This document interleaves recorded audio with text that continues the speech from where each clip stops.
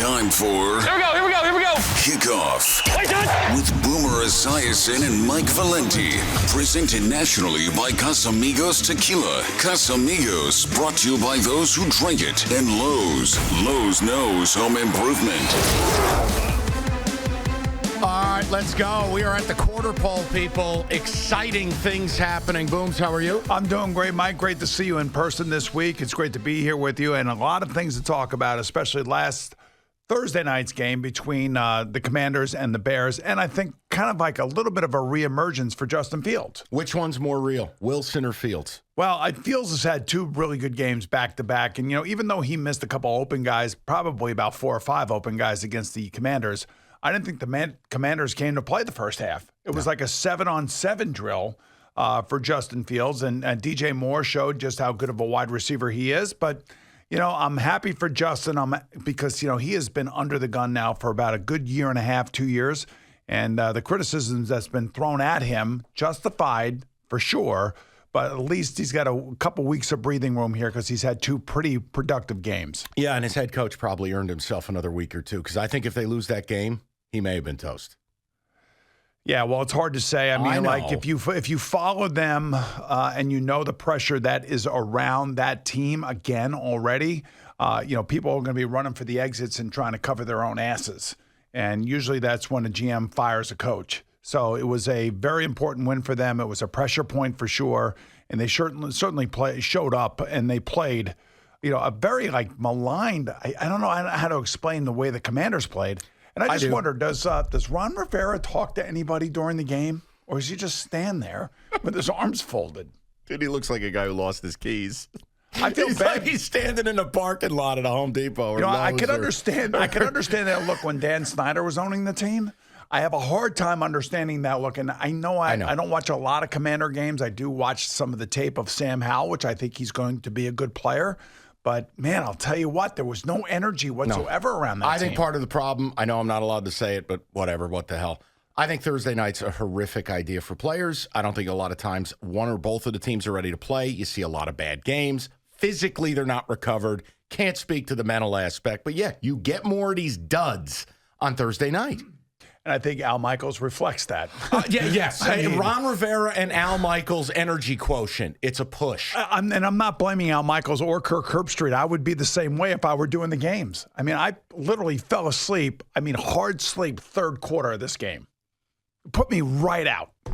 Yeah, it was essentially a melatonin for the soul. It was bad. Let's get to the rundown. Hey, let's talk about more happy stuff. Let's go to the rundown. The NFL Rundown.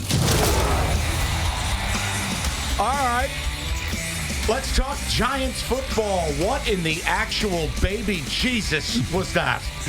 And who do I blame as a Giants fan? You blame the entire roster because it was basically flatlining all across the board. And, Geno Smith and the Seattle Seahawks came in. They took it to your team. You take a look at the statistics. I've never seen anything like this.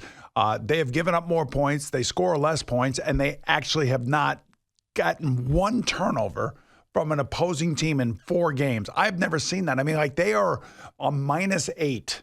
They have turned the ball over 8 times, and they haven't forced a turnover. And there you have it. The statistics tell you all you need to know. But go deeper than that. Hold on. So schematically, what am I missing? Now, again, they've invested in the offensive line. They're not one of these teams that ignore it.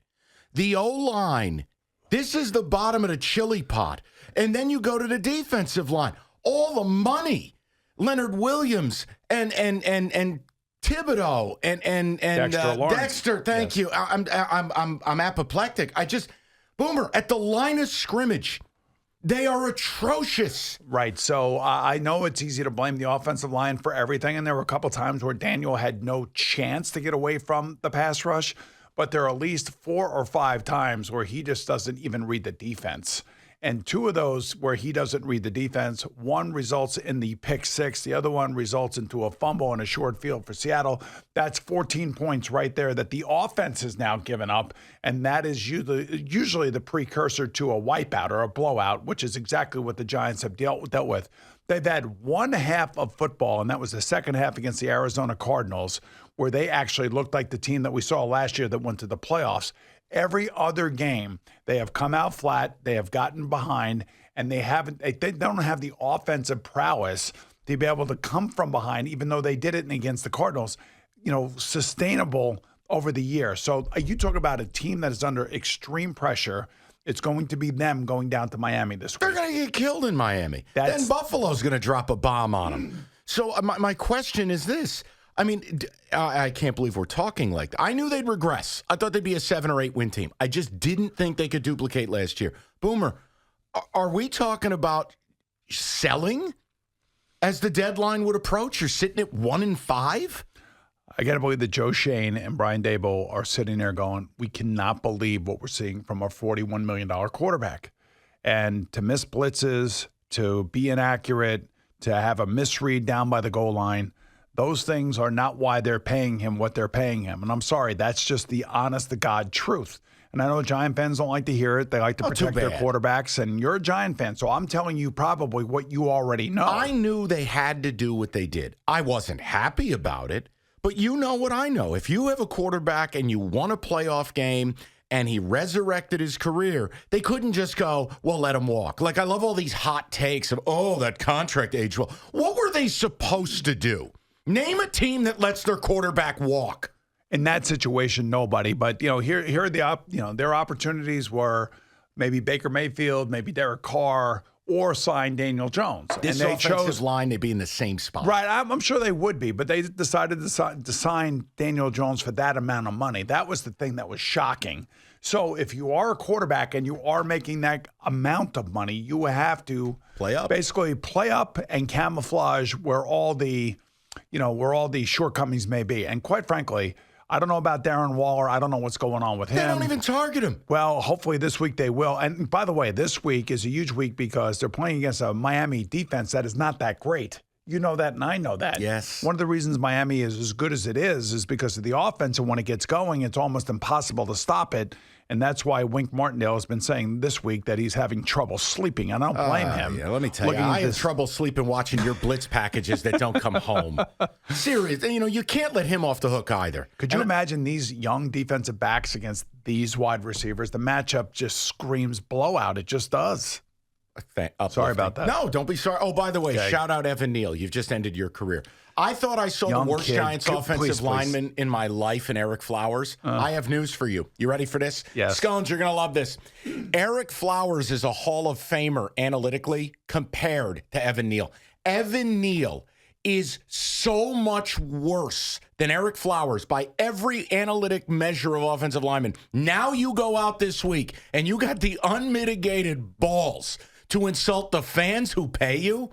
Oh, baby. That's going to – hold on. Let's go to Boomer for how that played this week in New York. Did not play great, but he did apologize twice. Too late. And I will give it to him. He's a 22-year-old kid. He knows not what he says, and he hasn't been here the last 7 years. He's only been here for 2 years, and one of those years they went to the playoffs. So I understand the frustration, and who knows what New Yorkers are yelling at him. So I appreciate you standing up for the fans and everything else, but I think he's learned a valuable lesson just to button it up and go play better. Yeah, here's an idea. Be a replacement level tackle. Let's just shoot for that. Awful. Let's go to the next part. And this is, again, I don't feel like this is a hot take if you think about it. Don't you agree it's time in New England? Don't you agree it's time that a conversation has to be had between Kraft and Belichick, that this is his last year? Yeah, I know. I can't. I'm sorry, I can't. Tell me why. I know. Make your case. This is not a hot take or anything. Let's just see what happens by the end of the year, and then we can make a better judgment. But here's the thing. You take a look at their schedule, and it starts with the Saints this week, and who knows who's playing quarterback for them. This is a chance for the Patriots to get right. They should be able to win this game at home.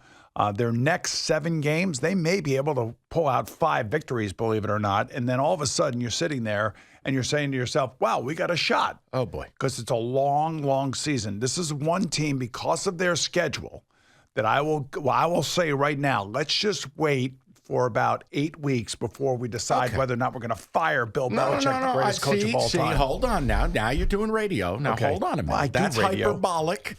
All I said is, let's look big picture. Boomer, they're not talented. They're not athletic.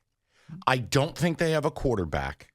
And now Bill is turning into crazy grandpa bringing back the dead body of J.C. Jackson. But he has to. For what? Well, because he just lost Gonzalez, their first overall draft, their first draft pick, and they also lost Matthew Judon on defense. I so understand. They need somebody. But they need bodies. Jackson, and who's paying for him, by the way? I know, but the Chargers are paying for him. Right. It's like Moneyball when they talk to David Justice in the batting cage. The Yankees are paying me to take you.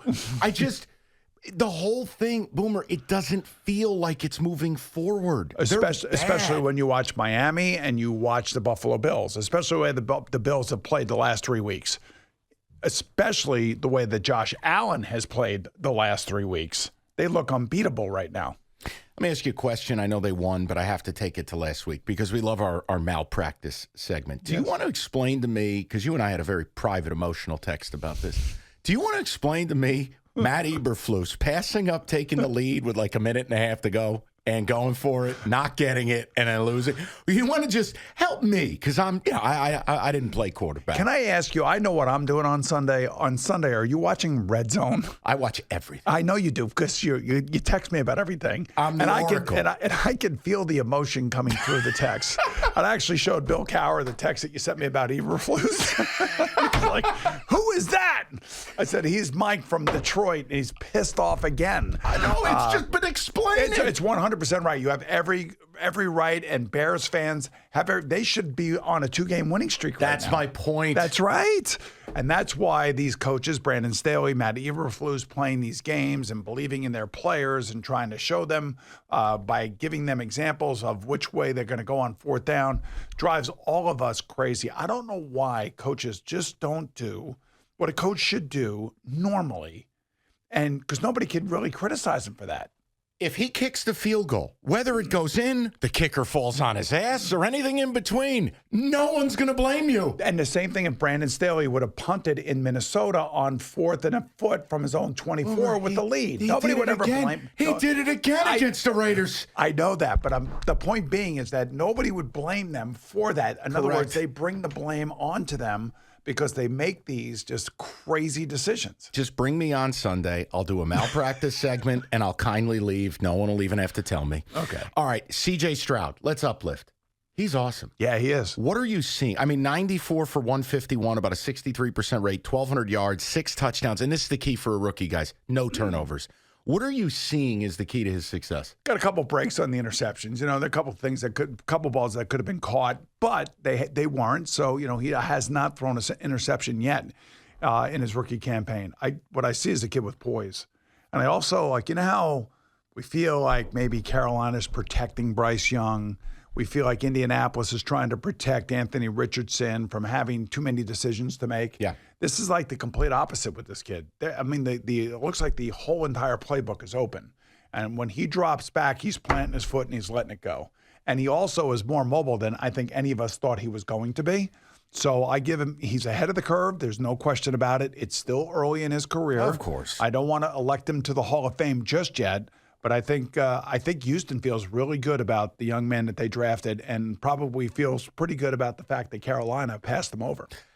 Okay, you brought 2 notes. A, there's just a name people need to pay attention to because I thought he was way underutilized in college, my neck of the woods out in Michigan, played for Michigan. Nico Collins is a star. They didn't use him enough in college. This is a big-bodied, high-level, high-pedigree athlete, and you're seeing it now that they have a quarterback. C.J. Stroud trusts him. He's putting it out there. He's giving him an opportunity to make plays. Dude, Nico Collins is blowing up down there. By the way, two kids just playing ball, right? That's what it feels like to me. And also watching D'Amico Ryans after the game in the locker room, those players really, they appreciate their coach because they know what the coach did on the field. That's right. They also know where the coach came from, one of the best defenses in the NFL in San Francisco. So there's a real heavy respect factor thing going on with them right now, and there's a real belief. And they have an interesting game this week against Atlanta. I know we'll talk about it a little bit later, but they have a chance to get to 3-2 right now. And I don't think anybody thought that they would be where they are right now. And by the way, I know no one's talking about it, and they got criticized for it, but the move to get Will Anderson, I know the sacks haven't been there yet, but he's 3rd in pass rush win rate. If you're winning consistently against the man in front of you, the sacks are going to come. I still think Will Anderson's going to end up with 9 or 10 sacks. All right, so J.J. Watt did tell me, week one when he actually was in studio with us, and he'll be in studio with us this Sunday. I think these millennials work every 4 weeks or something. I'm not really sure. But anyway, he told me that he thought Will Anderson was going to be a terrific pass rusher. Like, he has all the athleticism, he has all the want-to, and he knows, he's the expert. He's the guy that had that. So he believes that Will Anderson is really going to be a good player for the Texans, and eventually the sacks will come. Yeah, and I only said it just because I know we're all victim to stats. You got to look a little deeper, Will Anderson. He's winning. Well, the whole team is winning. That's the thing. He's going to get there. He'll be all right. We got a lot to do, and I'm going to ask you later about Carolina. I am very concerned with this Bryce Young thing. I know nobody knows Panther football and Frank Reich better than you. We're going to get to it. The picks are sizzling. That's all I can tell you. We're back. Data points are back. We're back. That's how this game works. Lots to do. Don't make a move. It's Kickoff with Boomer and Valenti. Let me tell you about Casamigos, the smoothest tequila on the planet. Enjoy the entire family of Casamigos tequilas, the Reposado, the Añejo, Blanco, Cristalino, or the Mezcal. Casamigos tequila, brought to you by those who drink it.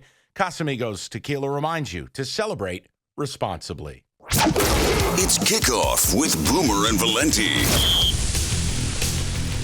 Okay, so I told you start of the season. Every year is going to be the same. It's very difficult the first 2 weeks. No data points, no idea. You're searching in the dark. You're knocking over a bottle of water on the nightstand. Now we have data. We are back. Back-to-back 9-4s for me. Boomer with an 8-5 this week. Now we're starting to roll. So we're at the quarter pole. We have some data. And I will tell you, this is the most difficult card thus far of the season. Is it really? When you sent me the card and I looked at it, I just basically started circling who I thought was going to be able to cover or who was going to be able to win, whatever. And to me, there was only really one game that I was struggling with. But I convinced myself before the show today that I now know where to go, and I feel very comfortable about that particular team. So I didn't feel that it was that difficult when I was looking at the teams and the games. I mean, okay. Hello. We have a very prideful, a very arrogant Mr. Esiason today. Eddie, let's get to the pick, shall we? Picks of the week. All right, let's do it. Little tea and crumpets for the kids. We're going to London. Bills laying 5.5, hosting the Jags. So the Bills do have problems in their secondary. There's no question about that. But Josh Allen, the last 3 weeks, this is MVP Josh Allen.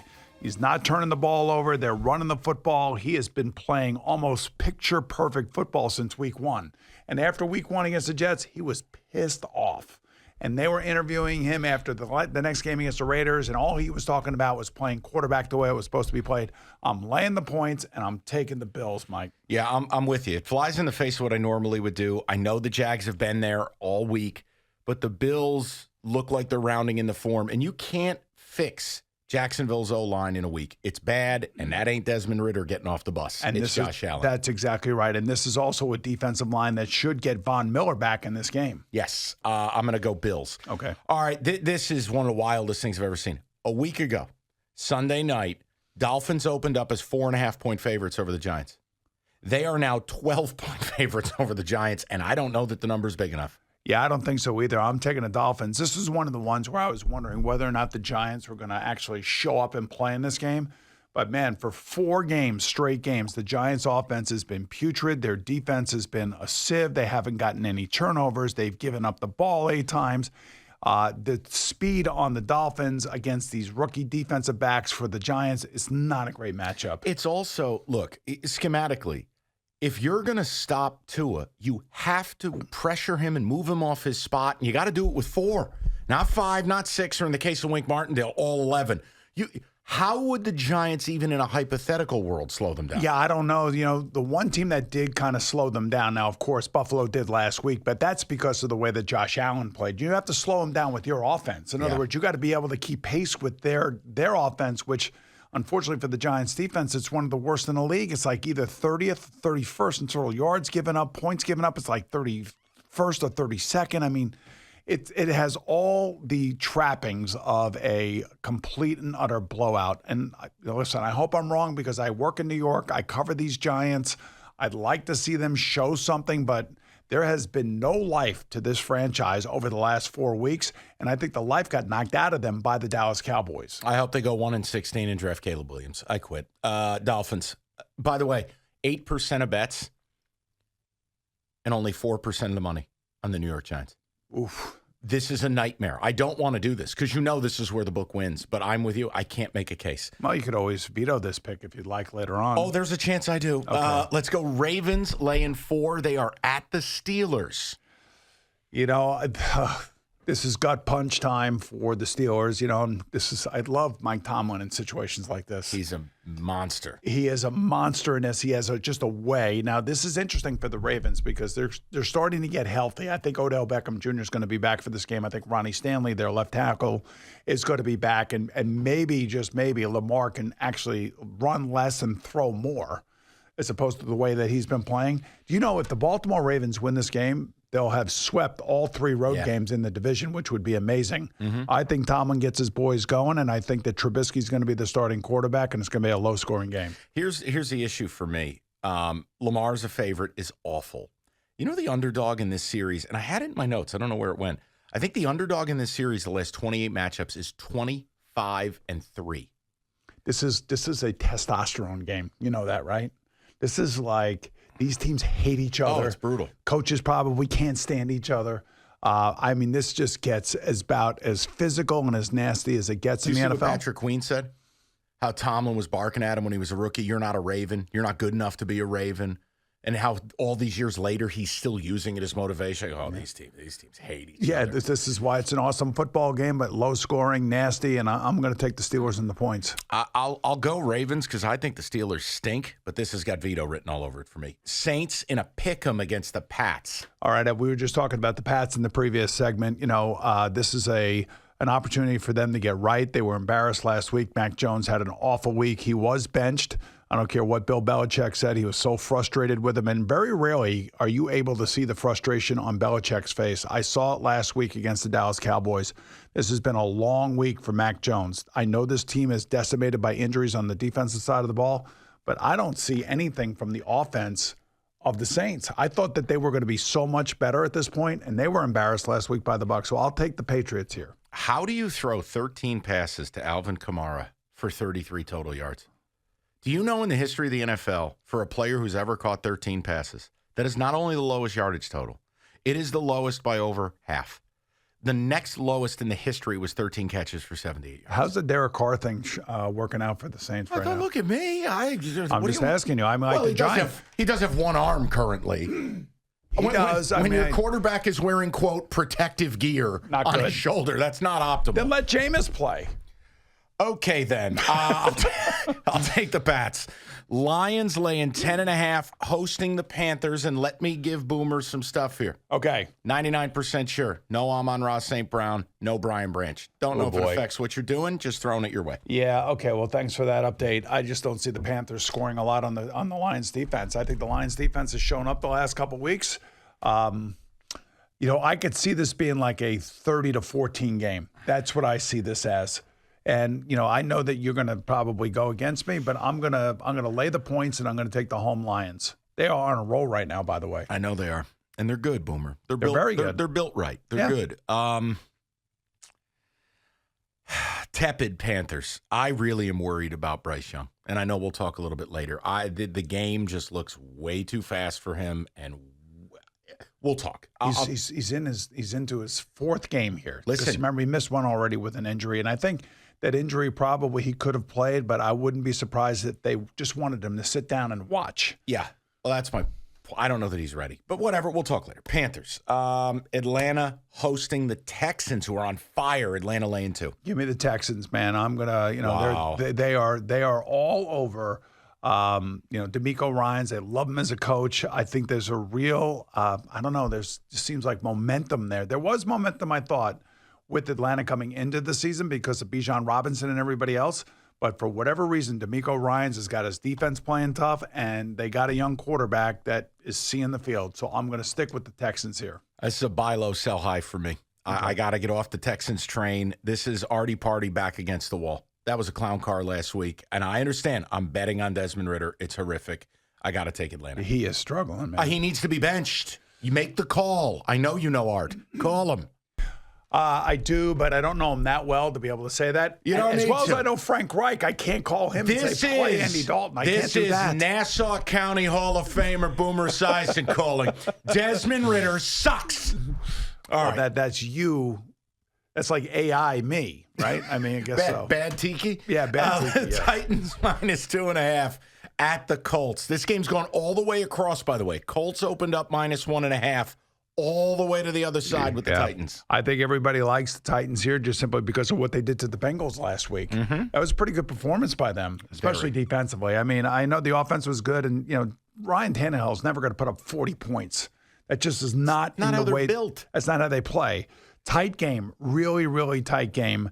I like the fact that, the Titans feel like they're rolling again, and I do like Vrabel on the road in this game. He'll get the best out of his team. And I like him up front. They're going to be able to hold up to that Colts O-line, and I think that if you're asking Anthony Richardson to do it all, I have a problem with that. I'm going to go Titans here. Now, this one, let's see if we can get Boomer to let Not a loyalties. chance. Not a chance in hell. No. Okay. Not a chance in hell. Bengals laying 3 at Arizona. I'll be quick about this. Just give me the Bengals. And I'm taking the Bengals because, I'm a big Joe Burrow fan. I believe in that guy. He has led this team for 2 years in a row and out of bad situations, adverse situations, bad offensive lines.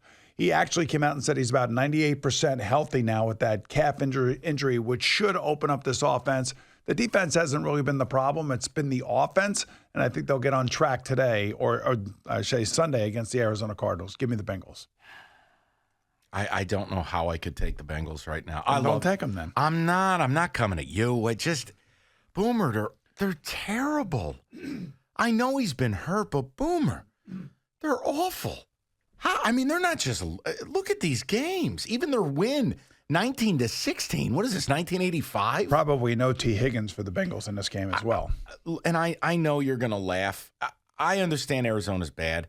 Jonathan Gannon's done a really nice job. He's got him playing hard. There's no question about that. When you really look back at it, too, Boomer, they could have beat Washington, should have beat the Giants. And I know it's not a woulda, coulda, lead. I'm just saying, for a team with a win total of 3.5, been very, very good. And this Drew Petzing calling the offense, how they're doing this with Josh Dobbs, it's amazing. God bless him. The one thing I will say is Jamar Chase is probably going to have a huge game here. Yes. This is a lot of talk and a lot of chatter around him. What was his comment last week? I'm always bleeping open. That's right. And Indeed. just like, remember A.J. Brown was frustrated a couple weeks back? And you pacify. And what has he done the last 2 weeks for the Philadelphia Eagles? That's what I see Jamar Chase doing here in this game. I'm taking the worst in the number, but I'll take Arizona. Eagles laying 4.5 at the Rams.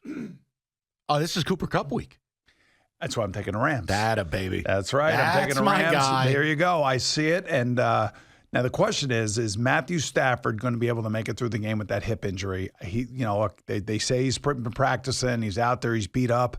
But he gets Cooper Kupp back, and all of a sudden now you put him with Puka Nacua. You got guys running all over the place against this Eagle defense that's been giving up a lot of points and a lot of yards. Young secondary. Right. I will take the points, and I will take the home L.A. Rams. He said it all. And look, I've said a lot of things about Stafford in my 20 years in Detroit. I've never questioned his toughness. He is tough as nails. He'll unless he's in a wheelchair, he's going to play. That's right. Chiefs laying 4.5 at Minnesota.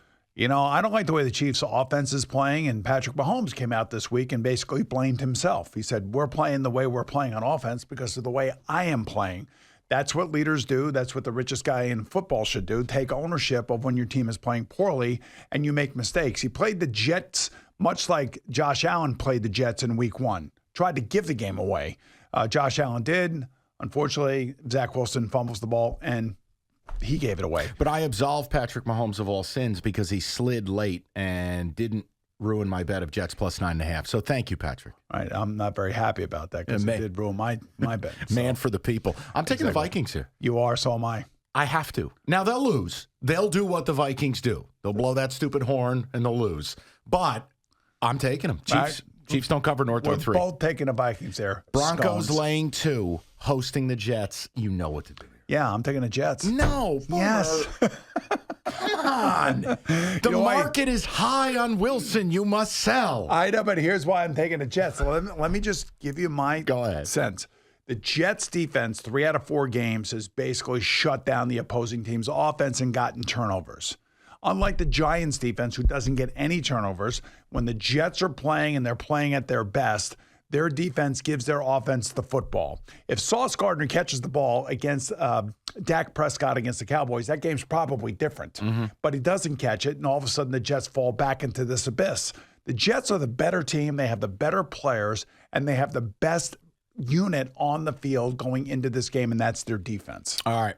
Broncos, because it's gross, but I have to. 10 seconds or less because this game sucks. Raiders laying 1.5 hosting the Pack. Who's playing quarterback for the Raiders? Aiden O'Connell? I'm taking the Packers. You know what? Packers might stink. Jordan Love might stink. To hell with it. Give me the Raiders. Give me a free roll. Let McDaniels break my stones again. Boomer, tell them about Casamigos. We'll do best of the best coming up. Go ahead. All righty, Mike. So what goes great with football? Casamigos tequila, of course. Casamigos brought to you by those who drink it. Make sure you have plenty on hand for the Week 5 games, whether it be Añejo, Blanco, Reposado, or Cristalino, or Mezcal. Casamigos tequila reminds our friends out there, especially you football fans, to please celebrate responsibly. It's Kickoff with Boomer and Valenti. Quick note over dramatic music. Our vetoes. Boomer, you want no part of the Vikings, and you want no part of the Panthers, That's correct? right, yep. All right. Scones, I want no part of the Ravens and no part of the Panthers. Our vetoes are in. Now, we talk about, this is just an opinion, the most exciting game of the NFL so far this year. It's time for Best of the Best. This week's Best of the Best. Oh, boy. Gird your loins, people. Niners laying 3.5 hosting the Cowboys. This is late 80s, early 90s. This is the logo game of the week. It is. I mean, it is everything that we want as a football fan. Can't wait. You want to see two great defenses. You want to see great offensive players. Christian McCaffrey right now is playing at a level. I thought he played at this level maybe his second year in the league, and then he had the injuries and all that stuff. But since he got to San Francisco, he's virtually unstoppable. And Kyle Shanahan is using him in so many ways. And that's why when you get a guy like Christian McCaffrey and then you pair him up with an offensive coordinator and offensive mind, like his head coach has in Kyle Shanahan, it becomes fun to watch. I mean, it's kind of like what Mike McDaniel is doing down in Miami with Tyreek Hill and his former Tua. run game coordinator. Yes, exactly. So, man, I'll tell you what, if this game were in Dallas, I'd be hard-pressed to pick against Dallas, just simply because what we have seen from them at home in front of their fans is that their defense basically smothers the opposing team offense. This is in San Francisco. This is going to be intense, and this is going to be a San Francisco team that's going to be locked and loaded to stop Dak Prescott in this offense. All right, here, let's approach it from this. So I might be crazy. Like, we talked about it before the season. Eagles replacing two coordinators, youth movement, some big talent left. I think the Niners are simply a cut above everybody else. They are an absolute wagon. And I understand, well, they got their asses kicked in Philly. They were down to the janitor playing quarterback. My point with this team, the way they're playing, Boomer, they are a wagon. And I look at it, I go, all right, well, how do you attack them? Start there. So if you're Dallas, how am I attacking this team on offense? And then what do you even attempt to do? Okay, against their offense. Here's the first thing that you need to do is you need to get after Brock Purdy. This will be the best defense Brock Purdy has seen since last year's game against the Philadelphia Eagles in the playoffs. And remember what happened to him in the playoffs. He got hurt. Now, I'm not saying you want to hurt the kid, but you certainly got to get after this kid. And the beauty about what Brock Purdy has done this year compared to where he was last year, and I thought he was really good last year, is that he is reading defenses and getting rid of the ball really, really quickly. Now, this defense is sudden, and we all have seen how quickly Micah Parsons can get in the backfield. And that's really what this is going to be about. It's going to be about pressuring a second-year quarterback into making a mistake. That's the first thing that you have to do if you are the Dallas Cowboys. You have to somehow, because they lead the league, or they're second in the league in turnovers, somehow they have got to come out of this game a +2 in order to win the game, I believe. And that's going to, fall on the Dallas defense, and it's all about pressure on Brock Purdy. You ever get pissed off watching Purdy?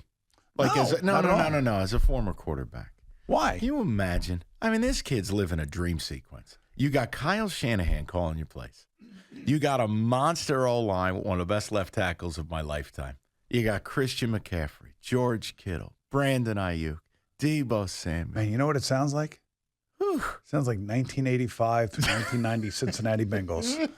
I had a mad scientist as an offensive coordinator in Bruce Coslett, an offensive head coach in Sam Weish. I had Eddie Brown, Tim McGee, Chris Collinsworth, Rodney Holman, Ickey Woods. You get Anthony Munoz. You get James a collection Brooks. of people together. That's what I'm saying. I mean, you look at this and you go, boy, how many quarterbacks could you put in there and make this work?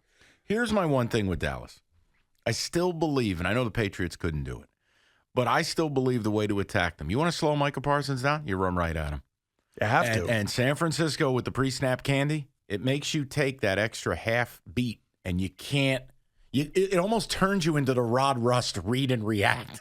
Well, It makes you slow down. What I love about this offense, just like his dad's offense, it all does start with the off-tackle run first and foremost. You want to be a physical, run-oriented football team, and then everything else comes off of that. Even in this day and age of the forward pass and all the rules basically benefiting the offense, it's still about the off-tackle run. And to me, that's what they do with Christian McCaffrey, and they're not afraid to do it. And Kyle Shanahan understands that. That's why there's a lot of play-action passing. That's why there's a lot of formations. That's why there's a lot of motion. It's all the same plays, but it's all the stuff that's camouflaging what they're doing. Well, and you're seeing it in Miami as well. I mean, it's 80% pre-snap motion, and it's about 40% play-action passing. It's a simple game, but they dress it up. Sure they do. And they're smart about doing it. Their players have to be able to pull it off. Correct. There has to be an IQ of the players that are running the offense in order to do that. You're drafting an archetype, though. This is what the good teams do. You're drafting a player. Patriots did it for years. Do your job. Right. And here's the other thing about Dallas. What I do like about their offense this year, and I know that a number of Tony Romo was talking about this, I think week 2. I think we had them on CBS. And I remember him talking to Mike McCarthy, who is now calling the plays. One of the things that Mike McCarthy wanted to do for the Dallas offense was speed it up. And I wish the Bengals would do this in Cincinnati. Tempo. And I sent Zach Taylor a message, try this. And I'm not talking. See, you do have the. I knew it. But I'm not talking about no huddle offense like I ran back in Cincinnati. I'm talking about when I went back in 1997, we ran in and out of the huddle faster than any team in the history of the NFL. I don't care what anybody says. And Mike McCarthy has upgraded the tempo on his offense. So watch how quickly they get in and out of their huddle to the line of scrimmage. And that does put an enormous amount of pressure on an opposing defense. Even a great defense as the Nick Bosa-led, Fred Warner-led San Francisco 49ers. I still don't trust Dak. That's my big problem. I still don't trust him, Boomer. I'm not saying he's bad. Just saying in a big spot. I don't know. I mean, where are you at with him? I actually respect Dak. I like him. He's not one of the 4 elite quarterbacks in the NFL. He's in that, if you want to go tier quarterback, I would put him in that second tier, and that's not a knock on him.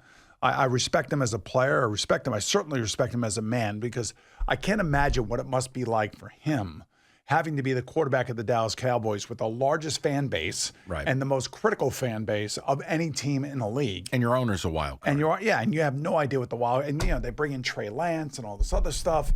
I mean, so he's dealt with a lot of crap. And I know this is a huge game for him, but it's 1 of 17 in the season. And this game could eventually determine home field advantage between the 2 of these teams in the playoffs. And I know that the Cowboys would much rather have San Francisco in their building than having to go back out there. Yeah, I'm going to go Niners. I don't love the 3.5, and I know it's public. I know majority of people will be on the Niners. I just believe they're a cut above. They're a cut above Philly, a cut above Dallas, a cut above Detroit. The Niners might just be that team. I mean, dude, last regular season game they lost. Anybody want to tell me? I think it was last year this week. Yeah, the last game they actually lost was to the Philadelphia Eagles. Right, I'm saying regular season. That's because season. Brock Purdy got hurt. Yeah, regular season. Right. The last game they lost, wasn't that the Arrowhead game? Yeah, I think that's exactly when it was. I mean, so here's what I'm going to do. I'm going to go with the Cowboys, and I'm going to take the points because I think this is going to be a field goal 21 game. Kind of game. It's going to be a knock 'em, sock 'em game, and I don't think the Cowboys will win. I think the 49ers will win, but the 3.5, that hook makes me think that this is going to be a Cowboy cover here. All right, so let's go. Final word. We've got a feeble 5, if you will. We're gonna get into some depressing stuff. Eddie? Kickoff with Boomer and Valenti, presented nationally by Casamigos Tequila. Casamigos, brought to you by those who drink it. And Lowe's. Lowe's knows home improvement. The final word. All right, so take me through what we're doing here. So we have a feeble 5, and each week I do a power rankings, my own power rankings. At the bottom of those rankings, I put my feeble 5, and oddly enough, this week my Evan Neal. My 32nd ranked team was the New York Giants, and it really had nothing to do with Evan Neal and his comments after the game or whatever the hell happened to him this week. I don't really care about that stuff. What I care about is what I see on the field. They look like the worst team in football. Yeah, they do, and their statistics tell you that they are. This is a team, one of two teams, that has not played with the lead one offensive snap. Think about that for a second. The Jets are the other team, so that's how good football in New York is. Oh, God. So my problem with the Giants is that their defense is basically terrible. They don't get any turnovers. They have 2 young cornerbacks. They don't seem to have any sort of pass rush pressure on opposing quarterbacks. They don't. And their offense is turning the ball over, and Daniel Jones is coming off maybe one of his worst games, especially under the contract that he is with right now. So they are number 32 in my feeble 5. Other than that, Mrs. Lincoln, how was the play? Oh, Jesus. We know Carolina is going through a growing process. And we were talking about Bryce Young earlier.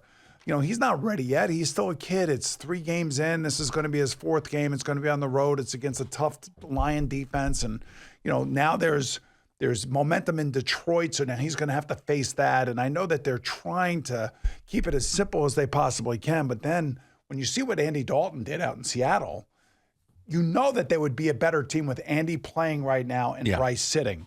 But I think there's just so much pressure to play these young kids right now and to fight through it and fight through the adversity that they're hoping that will make him a better player down the road in a couple years. Yeah, I worry. Physically. I